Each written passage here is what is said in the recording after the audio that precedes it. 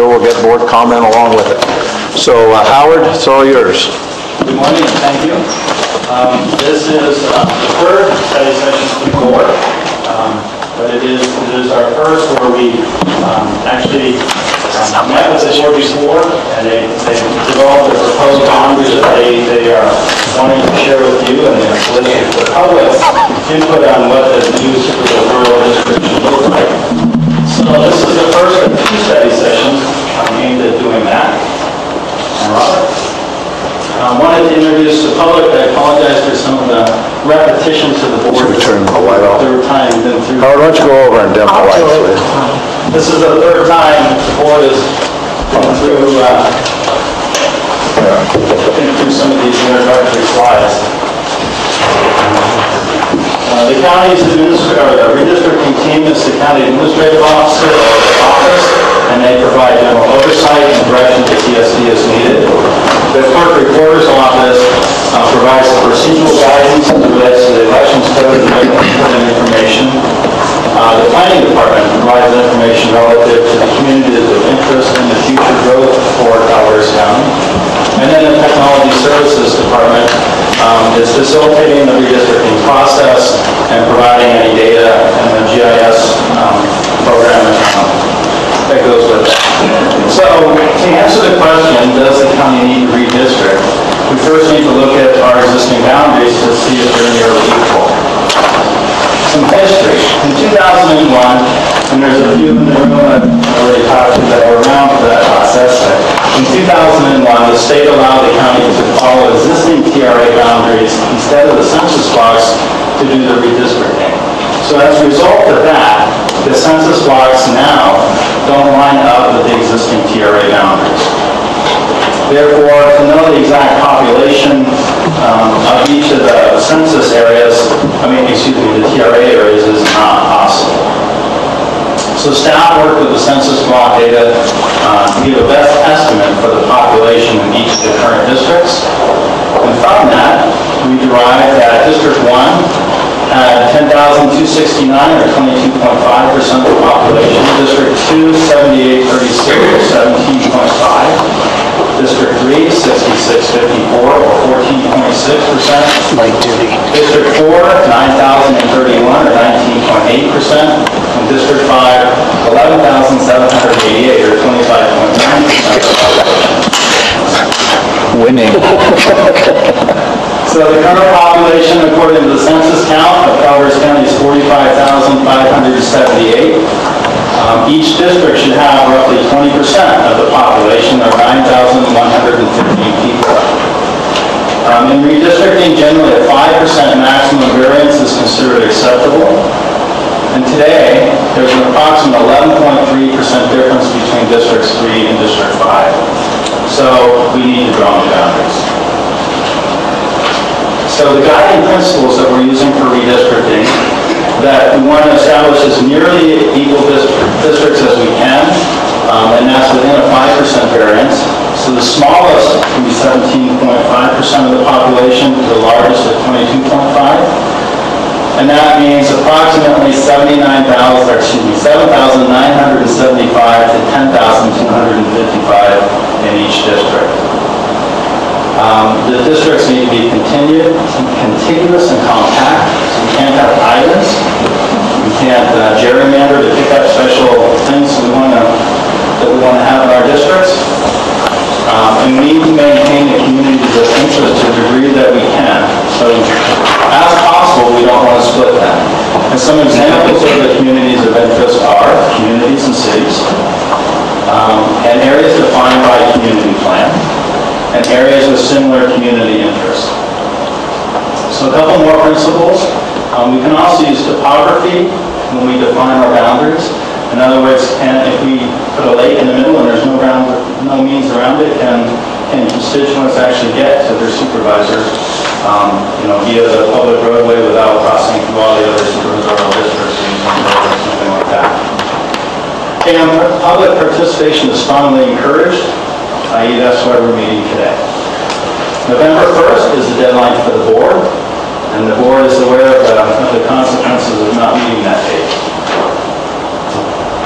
Some boundary comments. In the end, redistricting is a math problem that takes into account the guiding principles that we just talked about and the census blocks. And the census blocks are the smallest unit of measure that we can use, and they can't be split. So notice our addressing points, and for future, is that not every address, when we might display some address points from our GIS system, it's important to remember that not every address point has people living there, and not every person lives in an address. So staff has determined that the existing districts do not fall within that requisite 5% variance, and the board had 2 study sessions, so they're well on their way to the redistricting process. The board, in those 2 previous study sessions, developed some proposed boundaries. However, when we took the information back, we did a more detailed analysis, and that analysis revealed that the proposal we discussed in that meeting actually caused District 2 to fall below the 17.5% threshold. So today is the first of 2 publicly focused study sessions, and we're going to review the proposed boundaries. Actually, we're going to review the boundaries from the last meeting, one that the board really wanted to do without the changes that were suggested. And then from that, from your comments and from the board's discussion, they'll direct us to make any desired changes. And then we'll bring those changes back to the next study session, which is scheduled for next Tuesday. The outcome of our next study session, if all goes according to plan, will be that we'll have a proposed map, and then we'll have a required public hearing. But the election code requires that we have a public hearing before we actually introduce the ordinance to begin that process. So today, we'll be starting with a map, and then we'll be using some live interaction with our census data and our population data and that kind of stuff, so that the board and the public can ask questions and zoom into certain areas and look at the details underneath the data. The map that we're presenting today, I'm having a hard time reading that. Essentially, all of the districts fall within the 17.5 to 22.5.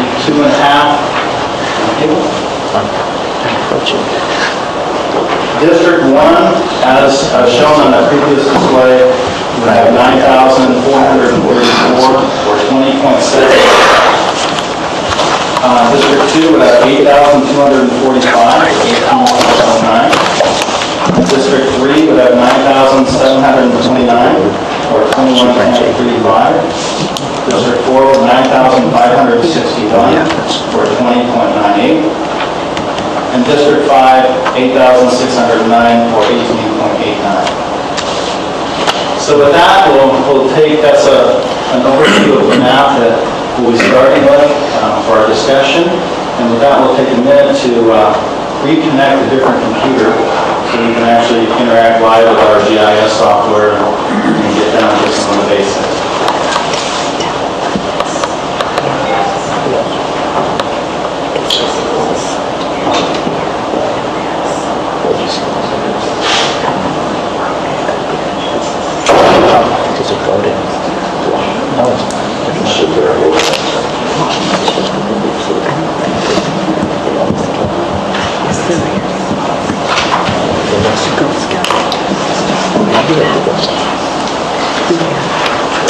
As part of our process to calculate the populations, my team divided the district into several districts, actually 21 different designated areas that we are using to help us estimate the population. And we've developed those areas based on communities of interest that we know about, or cities, or those kind of things. So that's part of what you're seeing displayed there. And I guess I'll just start with any questions to the board, from the board. Okay, any board questions on the presentation or the map in front of us? Seeing none, I'll open it then. Excuse me. Well, okay. I just wanted to check on the that portion of the map. This straight line, I know, is reflective of existing boundaries, but I'm curious, this section that goes right up to Highway 4, what's in it, and does it have more of a community of interest in the upcountry, in the Dorrington, Camp Connell communities, as opposed to the District 2 communities? Is there anything in particular in there besides U.S. Forest? Thinking it looks like all U.S. Forest. Yeah, All it's right. all forest, all coming off Forest Service roads. Okay. I can throw the address and points out there and you can see. Yeah, there's nothing there. All right. Okay, that's my only question. Okay, any other more questions? Then I'll open it up for public comments, and we'll limit the discussion to 3 minutes for public comments. So are there any public comments on the map? Can you show the tree population? Actually, we want to know what part of the El Dorado Ranger District, what percentage falls in Marita's district and mine. None. He You can have don't all want the it. El Dorado he wants. Public comments. Any public comments? Are you happy or are you unhappy? David Tuno, Rancho Calaveras, thank you. Only this comment that I've read in the, I don't know which papers locally, that there's been discussions between some of you supervisors about swapping things. And I wondered to what extent that plays into any redrawing of the boundaries, because it seems like you're starting to get it, that has the potential to go back into a kind of a gerrymandering process if the boundaries are determined by a couple of supervisors agreeing to some kind of a swap, as opposed to those two same supervisors looking at a way to make the process conform to the rules that you've outlined, as opposed to what they may or might not want currently. I mean, we're not drawing boundaries that satisfy supervisors that happen to be sitting in these chairs right now, but for the foreseeable future. Also, on the 5% rule, are we saying that the population of the county is divided into 5 pieces, and you want a plus or minus 5% from one piece to the other, because the difference between 17.5% of the total population versus 22.5% is more than a 5% difference between those two districts. So where's the 5% rule? How are you applying that? Okay, I'm going to take public comments and then we'll come back and answer questions. That's the question. Okay. Any other public comments? If so, please come forward.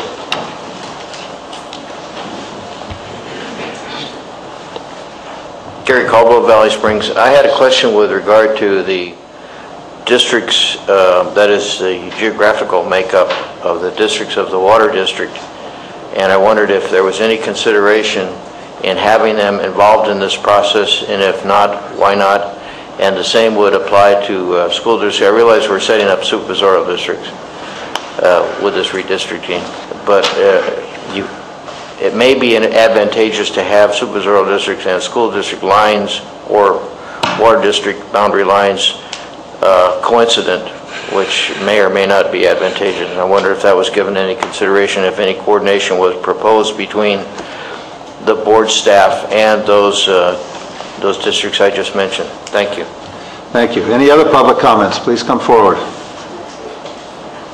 Is it possible to zoom in a little bit? It's like. To what? Is it possible to make that map a little bigger? We can't see it hardly at all back here. I guess the answer is no. No. I mean, I can zoom into certain areas if you But like. you can get a copy of the map, Marty. It's a different map. That's a different map. Oh, than the one we're looking at? So all we have is this and this. Okay, because this is coming back again, so get up to speed with where it is at the end of today, and then you can comment next time. Colleen Platt. Yeah, we're looking at a different map than what's on the screen there. Well, that one, yeah, that's it. Those are the census districts. What you're looking at is... What you're looking at is the first one that was up there. I understand. What are we public comments on? The map on the screen or the map that we're looking at? If you look at what's out there now, those boundaries follow the same boundary that you have on the map. It just doesn't have the colors that you see out there. Okay. But those are the same boundaries that you have on that map that was presented today. And we can't zoom in on that to look at roads and things? Okay. We can. I just can't zoom in any closer to the whole county. That's what I said. If Oh. have some areas you want to look at. Okay. Yes, okay, well, yes, we do. I'm in District 5, so I'm just looking at the boundaries, especially where it gets close to Valley Springs and the intersection of Highway 12 and 26, and the La Contenta and the Quail Oaks subdivisions. I can't tell, exactly where they are related to that, so that would be my first question, to zoom in on that area.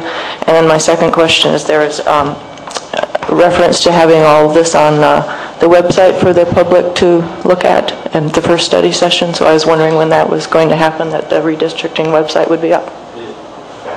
Let me address that, because that will happen immediately, relatively immediately after this meeting.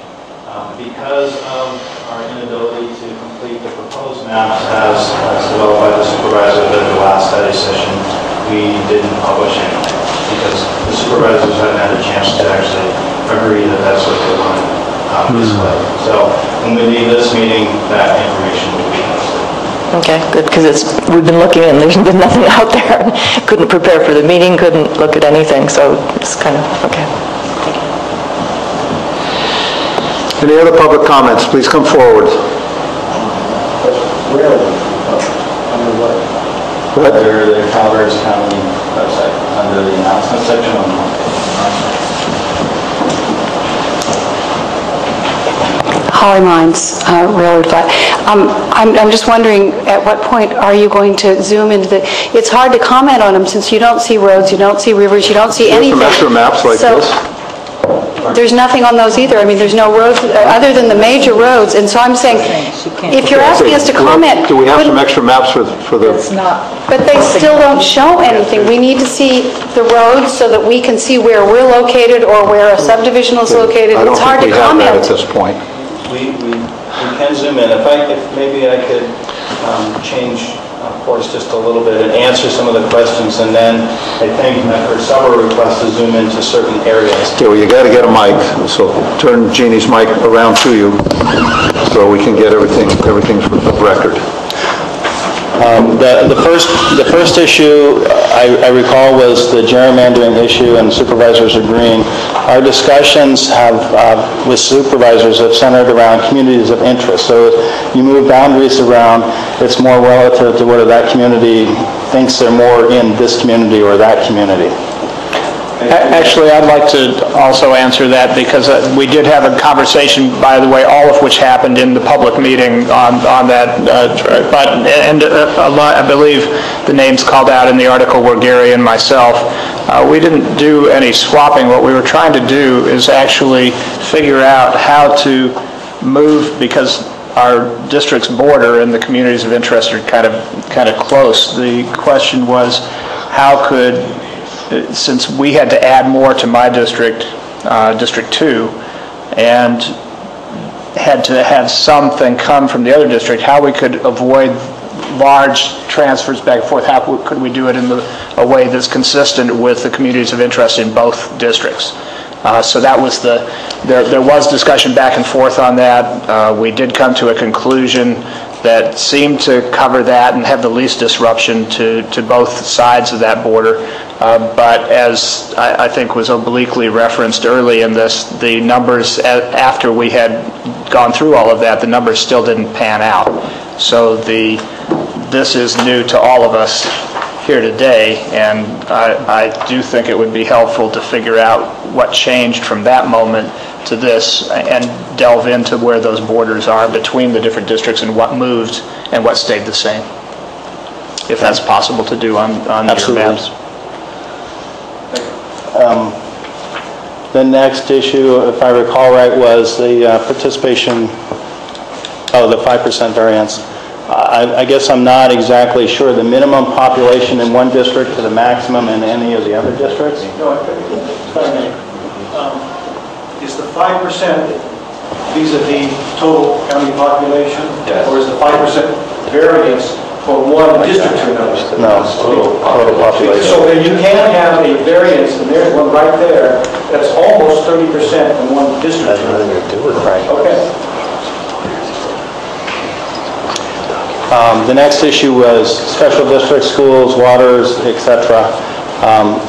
We tried to account for that. The answer is, did we actually call them and ask them to meet with us? That's no. This is a redistricting process for the supervisors. Some of the special districts have very far-reaching boundaries, and it would be impossible to contain them within one supervisorial district. So we knew we were going to need to split them. We've tried as the best we can to keep them together, especially as it relates to a community of interest. This meeting and the next meeting is actually that. I think we just had the deal blast. But this meeting and the next one is actually designed to get that feedback. And as I learned this morning, I may have made not an incorrect, but a misleading statement perhaps as it relates to the school districts. I don't know about the water districts, ECWD, is that the redistricting process affects the school district. It does not affect districts per se, but it affects, pardon? I'm sorry, the County Board of Education. But it does not affect the district. It affects their board members. Another question. Okay, so I think we're at did I answer all the questions? And then we can start taking a moment to zoom into the areas of interest. Can I ask another question? You have these various criteria. Is there a weight given to each criteria? Oh boy. So, for example, can you blow through the 5% goal if the community of interest factor is, can you give more weight to the community of interest factor and lose your 5% goal? Or do you have to do the 5% regardless of how you carve the physical geographic? That's probably more of a question for council of some part. As I understand it, it's not set in stone that you have to have the variance is 5%. That is a guideline. And the guideline is there to prevent future challenges, legal action, etc. So our desire is to keep the supervisorial districts as closely populated as to being the same as possible. If we need to deviate from that, that would be the board's decision. This is their process. It is a process that that they'll have for the next 10 years. So the weighting factor is the board's decision. True. But Howard, the 17.5 to 22.5 is locked. That is the position of the State Board of Equalization. I don't know that it's set in. That's how they're going to do it for the state. That would be my recommendation to you as the board, is to stay within that parameter. That's the safety. Okay. These are state suggested. Yes. Well, I think the question was, is this legally required, or is it simply a guideline to be weighted with other factors? And I'm not sure I have the answer now. I'm a little... So Supervisor, as I understand the elections code, it is not a legal requirement. I did not see it defined in code for the variance. It is the recommendation of the State Board of Equalization that you follow those guidelines. Okay, why don't you do your zooming in? Strongly recommended. All right, yes, Okay, what is it, Gary? You got to come up with a record. You can't just speak from the audience. Gary Caldwell, Valley Springs. I read in the paper that the planning department was involved in this process. And I know since, and it's been undergoing for 4 or 5 years, the update of the general plan is ongoing, and I was wondering if any consideration was given to projected or forecasted growth. In other words, you may start out today at 17.5% in a district, but because of growth in another district, you might end up to be less than 17. Is growth incorporated into this these boundaries so that you can anticipate? For example, I think the comment was made in the paper, there are a couple of districts that have grown more than other districts, today's districts. And so has that been incorporated or forecast by the planning department to give you some data by which you can then adjust the boundaries such that as growth takes place, it's still going to retain the plus or minus 2.5% there? from the 20%? Thank you. So growth was discussed. However, growth is impossible to predict. And when the growth is going to happen is impossible to predict. So knowing that we have growth potential in a certain area was a consideration. Did we readjust the boundaries to take care of that growth? No.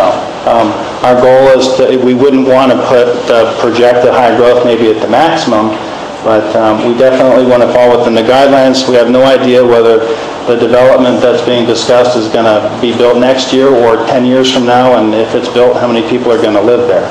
So we look at it, but it is not something that we adjusted boundaries to account for. I would also add that at least part of my thinking on that question is not just where growth has happened in the county, but also where foreclosures are predominant, which gives us at least a short-term view of where growth is where we're actually having declines. And actually in this county, where we had the greatest growth, there's some overlap to where we've had the largest number of foreclosures and population decline in the recent months. So it's it makes it even harder to calculate.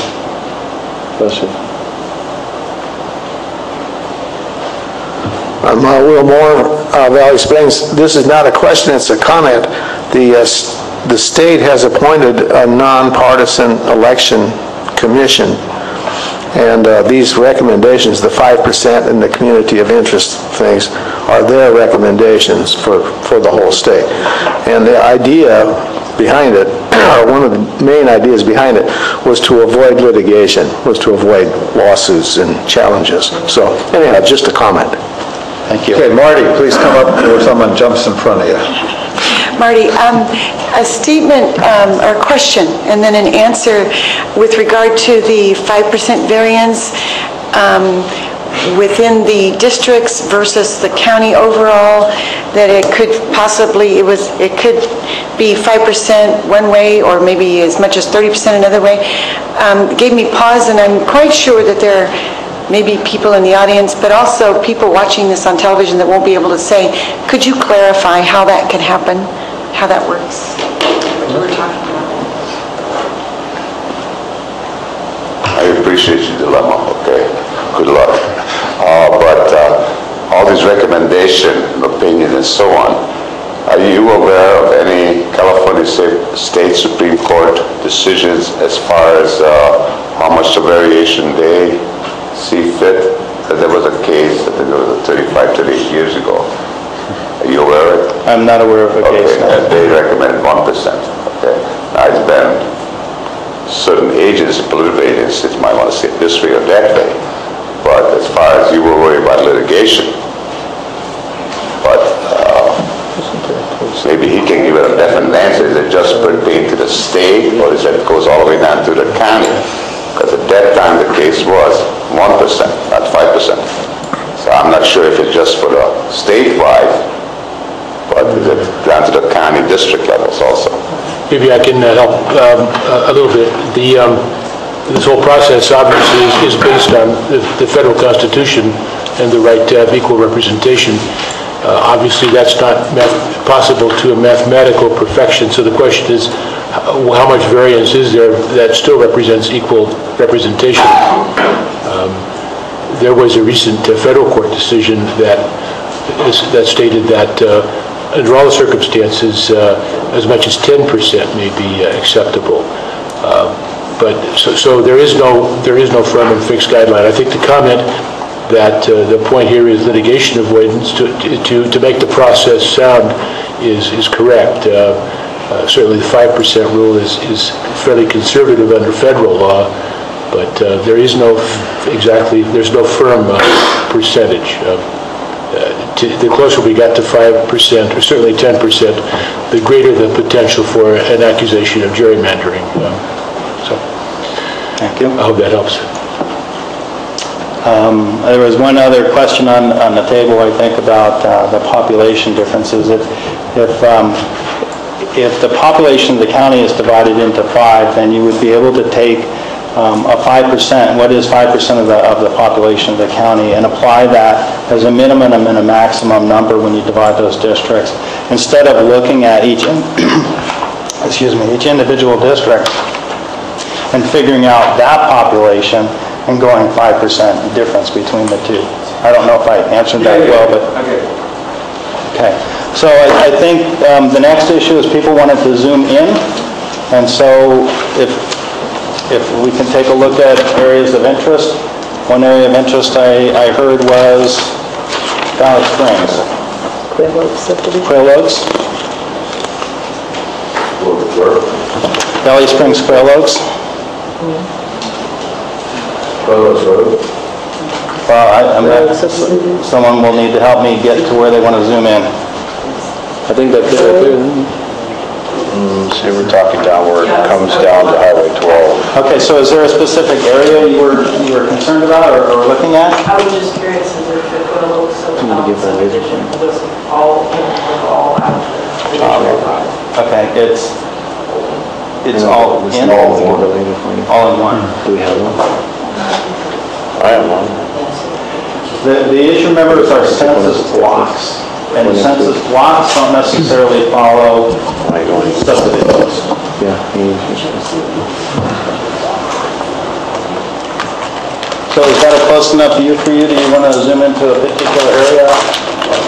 Colleen, are you talking about this area right here? Yeah. Okay.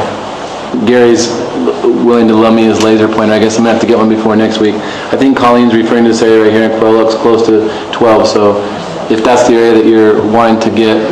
So I was just curious, it looked like it changed, moved from District 1 to District 5. It's still in one. It's still in one. Yeah, the orange line, sorry for the big text, but the orange line here is the breaking point.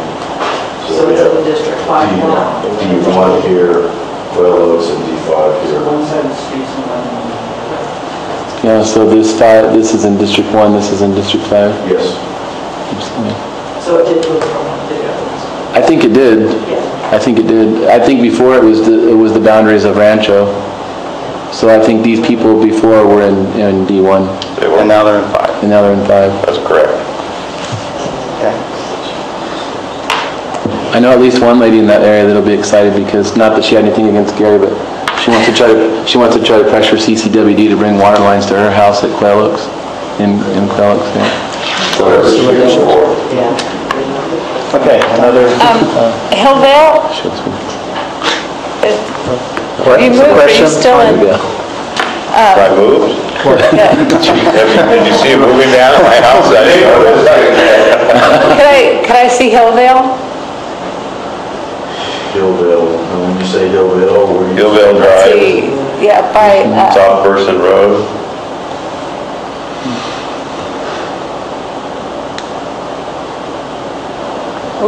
Person. That's it, right there. Yeah, right there. Okay, so that, the boundary then goes partway down one side of the roads and... Correct. So that hasn't changed then? The other side of our road is D5. The Okay. side we live on is D1. Okay, we're staying, okay. Yeah, you stay in D1. Okay. You want us to draw a circle around your house and put you in 5? Huh? You want us to put a circle around your house and move you in 5? No, that's where I am. So that would be gerrymandering, actually. Or donut? So are there areas that you want to zoom into and look around?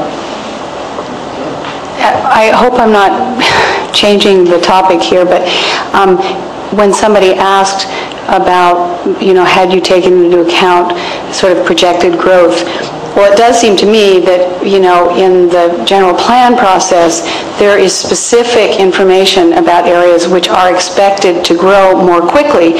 As a matter of fact, it seems to me that we chose some kind of alternative that would be kind of more or less on one side of 49 was going to be slower growth and on the other side was going to be faster growth. And I can't remember all the statistics that were just stated. I think District 5 ended up being a lower percentage, maybe 18%, which seems to have come down. Yeah. But the other district, which I guess would be, let's see, that's D5, so would it be Go to Tom, District D4? Copy. That one, what percent is that? Is there a number? I couldn't see it on this map. So 20.98%. right, so that's almost 21%. And that is going to be, I mean, I was assuming that that was going to be an area that may very well grow if there is any growth over the next 10 years.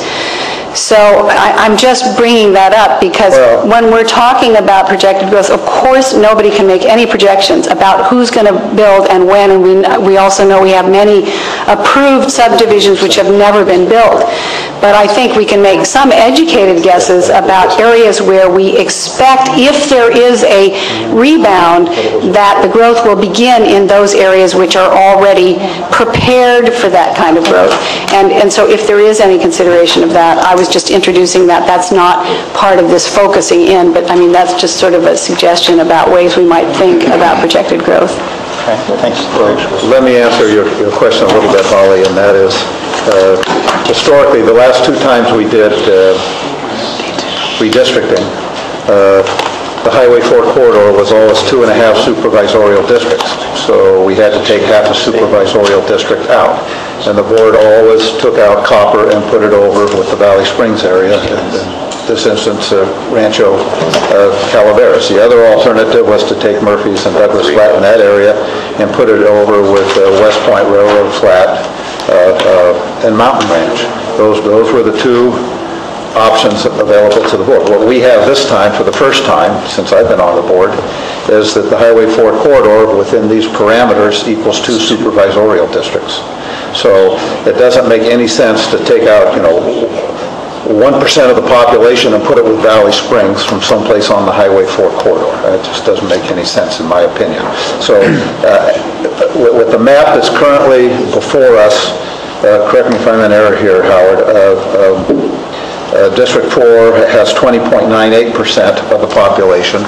Well, what does District 3 have of the population with the map in front of us? 21.35. 21.35. So even now, we're allowing for greater growth in the Copper area than we are in the Arnold area. And what are you going to do, take 1 or 2% of the population out of the Highway 4 corridor and put it someplace where it absolutely doesn't belong? So I think for the first time, we have something that I think most of the citizens on the Highway 4 corridor would be very supportive of, and that's not have half a supervisorial district within the Highway 4 corridor go to an area of the county that really is very different from the Highway 4 corridor. So, which is why I think Marita and I are sort of fine, with maybe a small change, is to keep the Highway 4 corridor intact for the first time in 30 years. And I think that makes sense. So I'm very supportive of doing that. I'm very happy that for the first time we can actually keep the Highway 4 corridor, keep it within 2 supervisorial. Well, you need to stand to be corrected on that, because D1 is moving in on that. It actually... Moving in on what? On Highway 4. Well, but there's almost no homes out here. That's because it's a start. It's a toe hole. Should we put Copper with San Andreas then, and could I actually get Campo Seco? It would help to, I don't have in front of me the percentages for the others as relates to this map. I know you reviewed it at the beginning of the meeting. Could you go back through 1, 2, and 5? Oh darn, I had another zoom in thing I wanted to do. Well, we'll go back there. All right. Should have put the percentages. Yeah.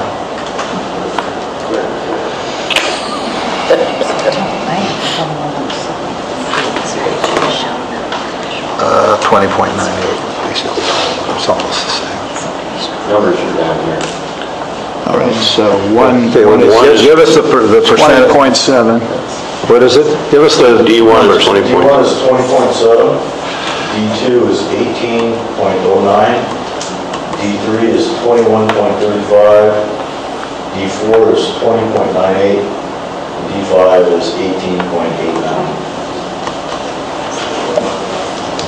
Okay. Can you repeat it once more? District 1 is 20.70. District 2 is 18.09. District 3, 21.35, District 4, 20.98, District 5, 18.89, I think.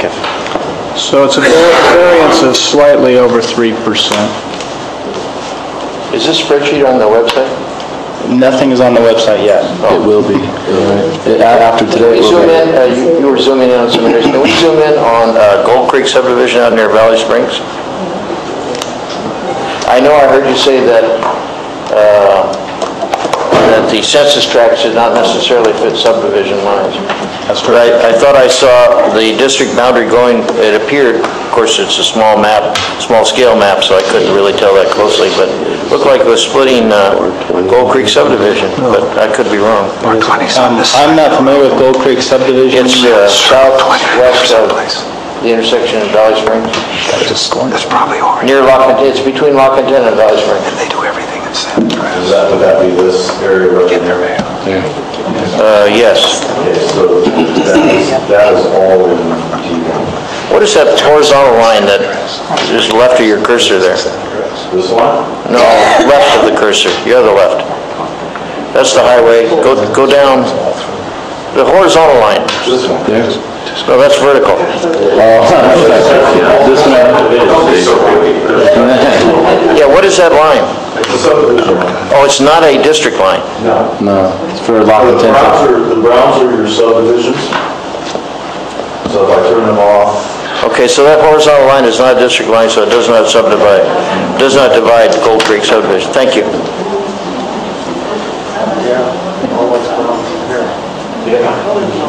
Wish I could color this up a little bit. Very difficult. Okay, any other public comments? I want to make a comment, if you could... Well, wait, let's do the public first, then we'll bring it back to the board. Any other public comments on this study session? Just quickly. Colleen, you have to come up, we're of record.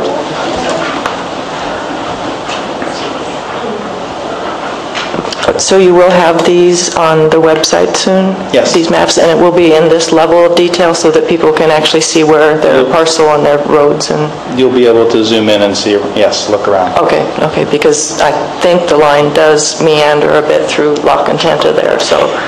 The line does meander a little bit through La Contenta to follow, to keep the subdivision as close as possible, but to follow the census block. Right, I understand that. I just wanted to make sure people knew that they could actually zoom in there and determine that.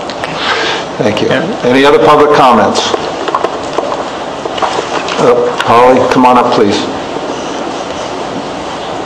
I'm just wondering if, I know this is a very irregular way to do it, but if you close, the thing is that, like he kept saying, the brown and the orange, well, from where I'm sitting, there's no distinction whatsoever between brown and orange. I cannot make heads or tails out of the colors.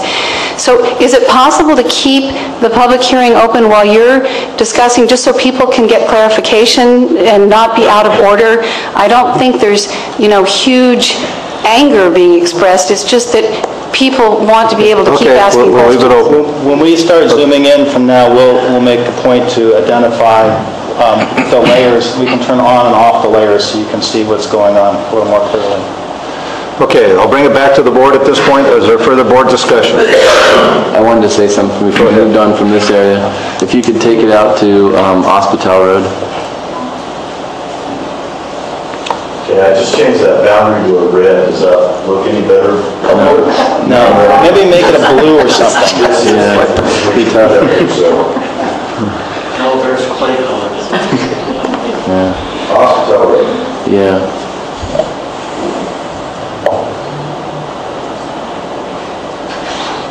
You boundary goes along. There you go. All right.